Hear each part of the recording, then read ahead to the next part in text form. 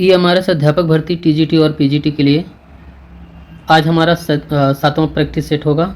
इसके पहले हमने 6 प्रैक्टिस सेट ऑलरेडी कंप्लीट कर लिए हैं और उसकी सेपरेट प्लेलिस्ट बनी हुई है और ये वीडियो भी इसी प्लेलिस्ट में ऐड कर दिया जाएगा। टीचिंग एप्टीट्यूड और NEP से रिलेटेड जितने भी इंपॉर्टेंट क्वेश्चन हैं आपको प्रोवाइड किए जा रहे हैं और एक्टिविटी बेस्ड पेडागोजी भी इसी में इंक्लूड है।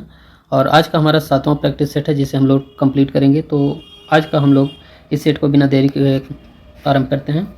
इसमें जो क्वेश्चन पूछा गया है, कक्षा शिक्षण में व्यवहार संशोधन दृष्टिकोण की प्रासंगिकता क्या है। पहला पॉइंट है सुदृढ़ीकरण के बिना दोहराव सीखने को नहीं बढ़ाता है और दूसरा पॉइंट है अवांछनीय व्यवहार को समाप्त करने के लिए सजा बहुत प्रभावी नहीं है। तो इसमें से दोनों पॉइंट सही हो जाएगा 42 नंबर में। तो इसका जो सही आंसर हो जाएगा इसमें 1 और 2 दोनों राइट आंसर हो जाएगा। 43 में निम्नलिखित में से क्या व्याख्यान विधि की विशेषताएं हैं। इसमें जो पॉइंट दिया गया है, पहला है अध्यापक संपूर्ण पीरियड में एक विषय वस्तु का व्याख्यान या निर्देश देते हैं। पॉइंट नंबर दूसरा है पाठ्यवस्तु को संपूर्ण रूप से प्रस्तुत किया जाता है तथा विद्यार्थी सुनकर तथा याद रखने के माध्यम से सीखते हैं। तो इसमें 1 और 2 दोनों पॉइंट इसमें सही आंसर हो जाएगा। दोनों पॉइंट राइट आंसर हैं। तो डी ऑप्शन करेक्ट आंसर है इसका। क्वेश्चन है 44, निम्नलिखित में से कौन सा शिक्षा के प्रदर्शन विधि के लाभ हैं। शिक्षा के प्रदर्शन विधि के लाभ इसमें से बताना है आपको। तो 44 में जो पॉइंट दिया हुआ है, तो इसमें जो पहला पॉइंट दिया हुआ है, यह सीखने को प्रोत्साहित करता है और छात्रों के हित को बनाए रखने का प्रयास करता है। दूसरा है व्याकुलता को कम करता है और छात्रों के बीच निरंतर ध्यान को बढ़ावा देता है और उपयोगी शिक्षा के लिए मार्ग प्रशस्त करता है। और इसमें तीसरा पॉइंट दिया हुआ है प्रदर्शन के दौरान छात्रों को संदेह को तब और वहाँ के शिक्षक द्वारा साफ कर दिया जाता है। तो 40 इसका सी ऑप्शन राइट आंसर है। तीनों पॉइंट इसके राइट आंसर हैं। 45 नंबर, निम्नलिखित में से कौन सा कारक बच्चों को दृष्टिकोण के विकास को प्रभावित नहीं करता है। प्रभावित नहीं करता है राष्ट्रीय संस्थान है जो बच्चों के दृष्टिकोण को प्रभावित नहीं करता है, नेशनल इंस्टीट्यूट राइट्स आंसर है इसका। 46, कोई अच्छा अध्यापक बन सकता है यदि अच्छा अध्यापक बन सकता है वह अपना विषय जानता हो। करेक्ट आंसर हो जाएगा। 47, एक शिक्षक अपने अध्यापन में दृश्य श्रव्य सामग्री का सहयोग और शारीरिक गतिविधियों का उपयोग करता है क्योंकि वह ज्ञान वृद्धि में अधिकतम इंद्रियों का उपयोग करवाते हैं। इसका सी ऑप्शन राइट आंसर है। क्वेश्चन नंबर 48 में पूछा गया है बच्चे के संबंध में मूल्यांकन की जानकारी एकत्र करते समय हमें निम्नलिखित में से कौन से बिंदु अपने दिमाग में रखने चाहिए। इसमें 2 बिंदु दिए हुए हैं। पहला है बच्चों को आकलन करते समय जानकारी एकत्र करने के स्रोत क्या हैं। दूसरा है किस तरह से जानकारी एकत्र की जा सकती है। तीसरा है किस तरह की जानकारी एकत्र की जानी चाहिए। तो 48 नंबर का जो राइट आंसर है इसमें ए ऑप्शन सही है। दूसरा और तीसरा इसमें पॉइंट सही है। दूसरे में इसमें एक बार फिर से देख लेते हैं कौन कौन सा पॉइंट दिया है। किस तरह से जानकारी एकत्र की जा सकती है और किस तरह की जानकारी एकत्र की जानी चाहिए। मूल्यांकन के या आकलन के लिए ये क्या आवश्यक थे।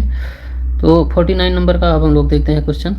प्रयोग करना आकलन का एक संकेतक है। निम्नलिखित में से कौन सा प्रयोग करने संबंधी संकेतक का आकलन करने का सबसे उपयुक्त तरीका है।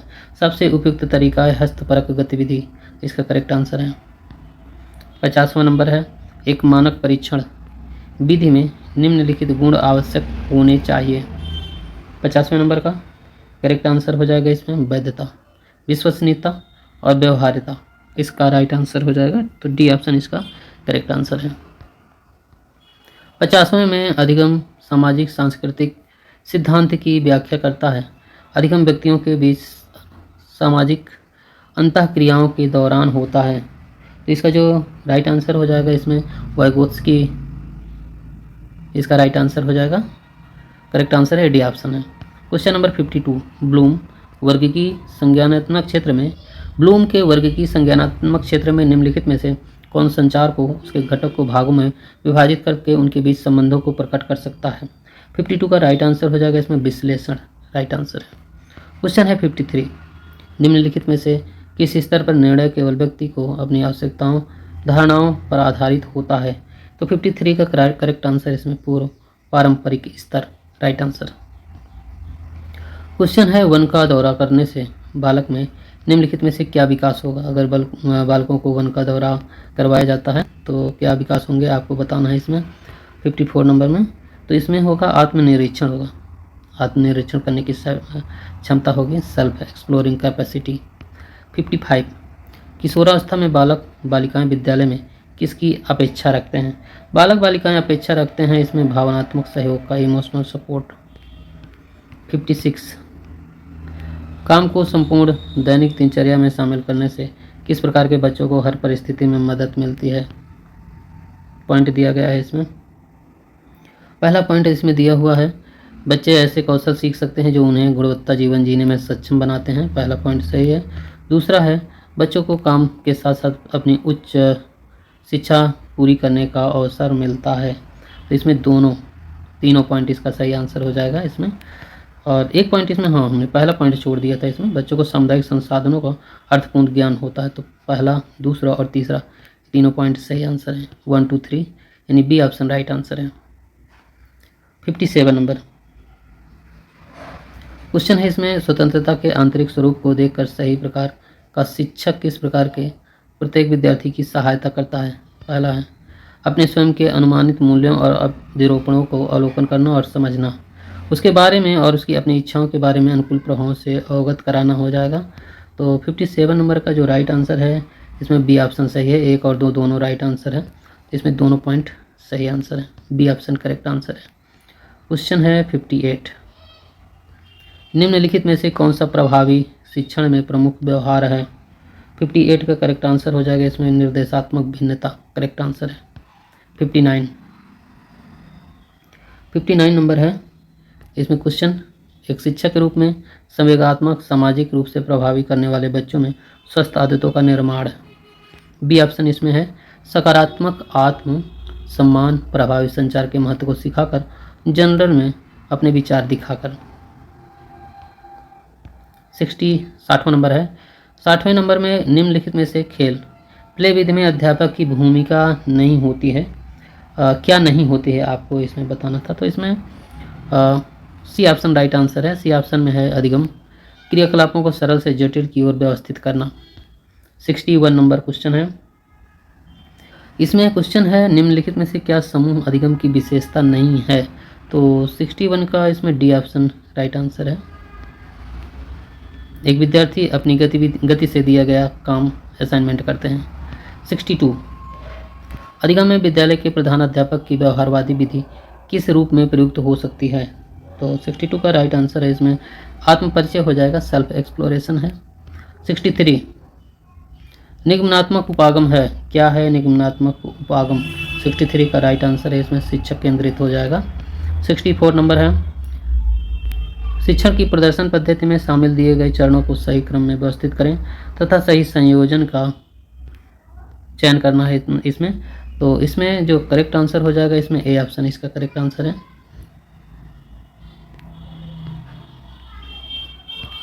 65 में निम्नलिखित में से क्या सतत और व्यापक मूल्यांकन की एक विशेषता नहीं है।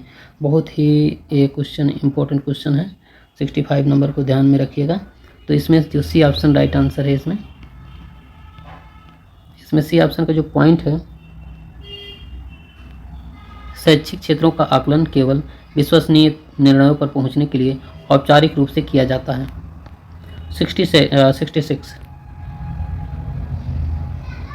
66 में है, नैदानिक और रचनात्मक आकलन के 2 चरण क्या हो जाएगा। तो 66 का भी डी ऑप्शन राइट आंसर है।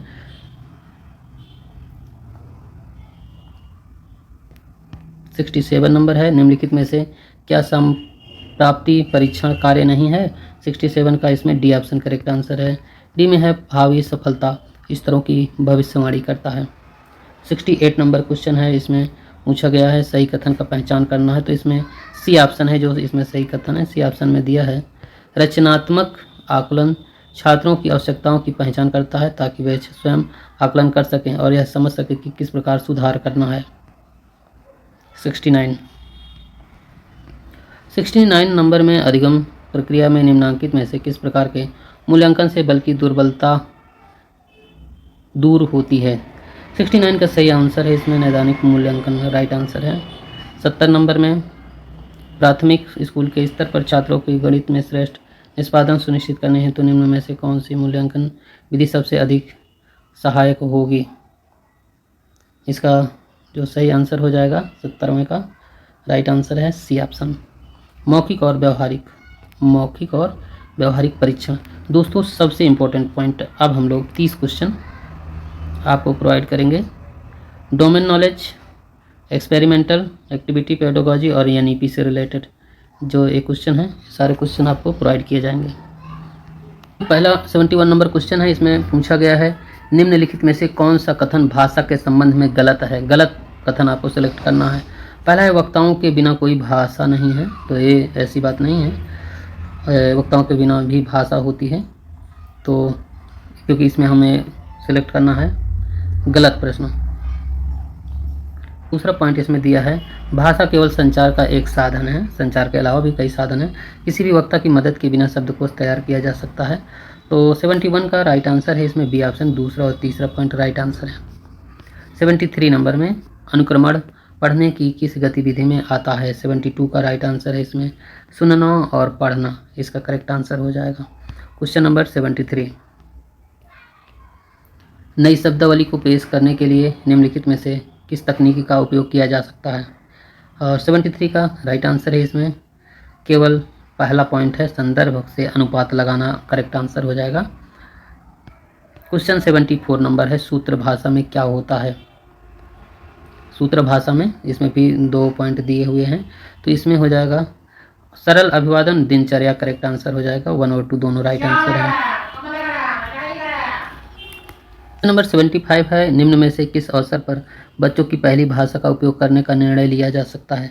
75 का राइट आंसर है इसमें सी ऑप्शन, 1 और 2 दोनों है। पूर्वानुमान लगाकर कि कहानी में आगे क्या होगा और अधिगम रणनीतियों पर विचार विमर्श करके, तो दोनों पॉइंट राइट आंसर है इसमें। 76 नंबर क्वेश्चन है नई शब्दावली को पेश करने के लिए तकनीकों का उपयोग करते समय निम्नलिखित में से किस चरण का पालन किया जा सकता है। तो इसमें पहला पॉइंट है इसमें उपर्युक्त तरीकों से इसके अर्थ को स्पष्ट करके शब्द को प्रस्तुत करें। दूसरा है यदि कोई बच्चा इस शब्द को जानता है तो उसे कहने के लिए कहें कि सही होने पर उसे मॉडल के रूप में उपयोग करें। तो ये पहला ऑप्शन इसका राइट आंसर है। 1 और 2 दोनों है इसमें। 77 नंबर है वाक्य स्तर पर लेखन गतिविधि के अंतर्गत क्या आता है। 77 नंबर का राइट आंसर हो जाएगा सी ऑप्शन है इसमें तस्वीरों के लिए शीर्षक, करेक्ट आंसर है। 78 नंबर में कौन सी बोलने की गतिविधि जोड़े या समूहों में से की जाती है। इसमें अक्सर विद्यार्थियों द्वारा सवाल पूछे एवं जवाब दिए जाते हैं। 78 का राइट आंसर है इसमें सी ऑप्शन है इंफॉर्मेशन गैप। क्वेश्चन नंबर 79 है शिक्षक मार्गदर्शन के बिना एकाकीपन में किया गया पठन पढ़ने के लिए रुचि में विकसित करने में मदद करता है। सीखने वाले को एक स्वतंत्र पाठक बनाता है। यह किस प्रकार की पठन रणनीति है। इसका करेक्ट आंसर हो जाएगा व्यापक पठन, करेक्ट आंसर है। विद्यालयी शिक्षा में अत्यंत प्रारंभ से बहुभाषिक उपागम का प्रयोग मुख्यतः किस दुष्प्रभाव का प्रतिकरण करने में सहायक होता है। 80 का सही आंसर हो जाएगा अपनी स्वयं की भाषा की क्षति। 81 नंबर क्वेश्चन है डिजिटल लर्निंग प्लेटफॉर्म की दीक्षा का पूर्ण रूप क्या हो जाएगा। दीक्षा का पूर्ण रूप तो digital infrastructure to share knowledge, knowledge sharing के लिए डिजिटल इंफ्रास्ट्रक्चर। क्वेश्चन नंबर 20 है राष्ट्रीय शिक्षा नीति 2020 के अनुसार उच्च शिक्षा में सकल नामांकन अनुपात कितना प्रतिशत बढ़ाने का लक्ष्य रखा गया है। 82 का राइट आंसर है इसमें बी आंसर, सही आंसर है 50%, करेक्ट आंसर हो जाएगा बी ऑप्शन राइट आंसर है। क्वेश्चन है 83 अंतर्राष्ट्रीय शिक्षा दिवस कब मनाया जाता है। अंतर्राष्ट्रीय शिक्षा दिवस तो ये 24 जनवरी हो जाएगा। राष्ट्रीय शिक्षक दिवस कब मनाया जाता है। 84 नंबर का राइट आंसर हो जाएगा 5 सितंबर, राइट आंसर है। अंतर्राष्ट्रीय शिक्षक दिवस कब मनाया जाता है। 85 का राइट आंसर हो जाएगा 5 अक्टूबर। केस अध्ययन आधारित शिक्षा शास्त्र का मुख्य लाभ क्या है। 86 का सही आंसर है छात्रों को आलोचनात्मक सोच और निर्णय लेने की क्षमता विकसित करता है। निम्नांकित में से क्या क्षमता आधारित उपागम की विशेषता नहीं है। तो इसमें नहीं हो जाएगा गुणन तालिका चार्ट का अभ्यास करना। 88 नंबर में अनुभवात्मक अधिगम में अध्यापक की भूमिका निम्नलिखित में से कौन सी नहीं है। 88 का सही आंसर हो जाएगा इसमें ए ऑप्शन है इसमें सकारात्मक गैर प्रधानता तरीके से अधिगम अनुभव तक पहुंचना। 89 नंबर 89 नंबर में है संपूर्णवादी अधिगम के विचार से, संपूर्णवादी अधिगम के विचार से क्या तात्पर्य है। 89 नंबर का राइट आंसर हो जाएगा इसमें सी ऑप्शन है, बालक के सर्वांगीण विकास हेतु पढ़ना। तो सी ऑप्शन इसका करेक्ट आंसर है। 90 नंबर है प्रकृति अनुसार शिक्षित करने से अभिप्राय क्या हो जाएगा। तो 90 नंबर का राइट आंसर है इसमें डी ऑप्शन है, मानव विकास में प्राकृतिक नियमों के अनुसार शिक्षित करना। 91 नंबर में है केस अध्ययन आधारित शिक्षा छात्र में कैसे सीखते हैं। 91 का राइट आंसर है इसमें वास्तविक जीवन के परिदृश्यों का विश्लेषण और चर्चा करके सीखते हैं। एक अर्थ क्रियापरक शैक्षणिक उपागम में शिक्षक को किस प्रकार के खेल का उपयोग करना चाहिए। तो ये चाहे उसका अनुकरण, सी ऑप्शन राइट आंसर हो जाएगा इसमें। 93 नंबर में क्लासरूम अध्यापन में समूह गतिविधि का क्या उद्देश्य है। 93 का करेक्ट आंसर है बी ऑप्शन है, अधिक से अधिक बच्चों को अधिगम में भाग लेना। निम्नलिखित में से कौन सा बाहरी गतिविधियों का गुण नहीं है। 94 का राइट आंसर है इसमें बी ऑप्शन है जो करेक्ट आंसर है इसमें, विद्यार्थियों पर अत्यधिक मानसिक तनाव उत्पन्न हो सकता है। 95 अनुभवात्मक अधिगम का प्राथमिक लक्ष्य क्या है। 95 का राइट आंसर है छात्रों में व्यावहारिक कौशल, आलोचनात्मक सोच और रचनात्मक को बढ़ावा। करेक्ट आंसर है।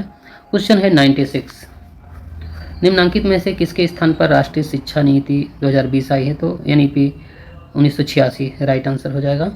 क्वेश्चन है 97 कौशलों क्षमताओं के एकीकरण पर किसने बल दिया था। अनिवार्य विषयों, कौशलों तथा क्षमताओं के एकीकरण पर किसने बल दिया था। 97 नंबर का इसमें ऑप्शन देखते हैं। 97 नंबर का जो राइट आंसर है इसमें NEP 2020 करेक्ट आंसर है। 98 नंबर है नई शिक्षा नीति के अनुसार मूलभूत अधिगम परिणाम के परीक्षण की श्रेणी में कौन सी कक्षाएं सम्मिलित हैं। कक्षाएं कौन कौन सी सम्मिलित हैं इसमें। तो 3, 5 और 8 राइट आंसर हो जाएगा। क्वेश्चन है 99 2020 में NEP 1986, 92, 2005 और 2020 में विभिन्न नीतियां बनाई गई हैं। शिक्षा मंत्रालय और अन्य अधिकारियों द्वारा बनाई गई इन सभी नीतियों को सामाजिक सांस्कृतिक वातावरण के किस आयाम के तहत सर्वश्रेष्ठ श्रेष्ठी में रखा गया है। 99 का राइट आंसर हो जाएगा राजनीति, पॉलिटिकल राइट आंसर। 100 नंबर बाल वाटिका क्या है। तो जो बाल वाटिका है ये ग्रेड 1 से पहले एक वर्ष का कार्यक्रम होता है। 100 नंबर का बी ऑप्शन इसमें करेक्ट आंसर हो जाएगा इसमें। तो इसमें ये इसका बी ऑप्शन राइट आंसर है इसमें। तो आज हम लोगों ने प्रैक्टिस सेट नंबर 7वां कंप्लीट कर लिया है। आपका जो नेक्स्ट प्रैक्टिस सेट होगा वो 8वां कल प्रोवाइड किया जाएगा। तो दोस्तों आज का वीडियो यहीं तक।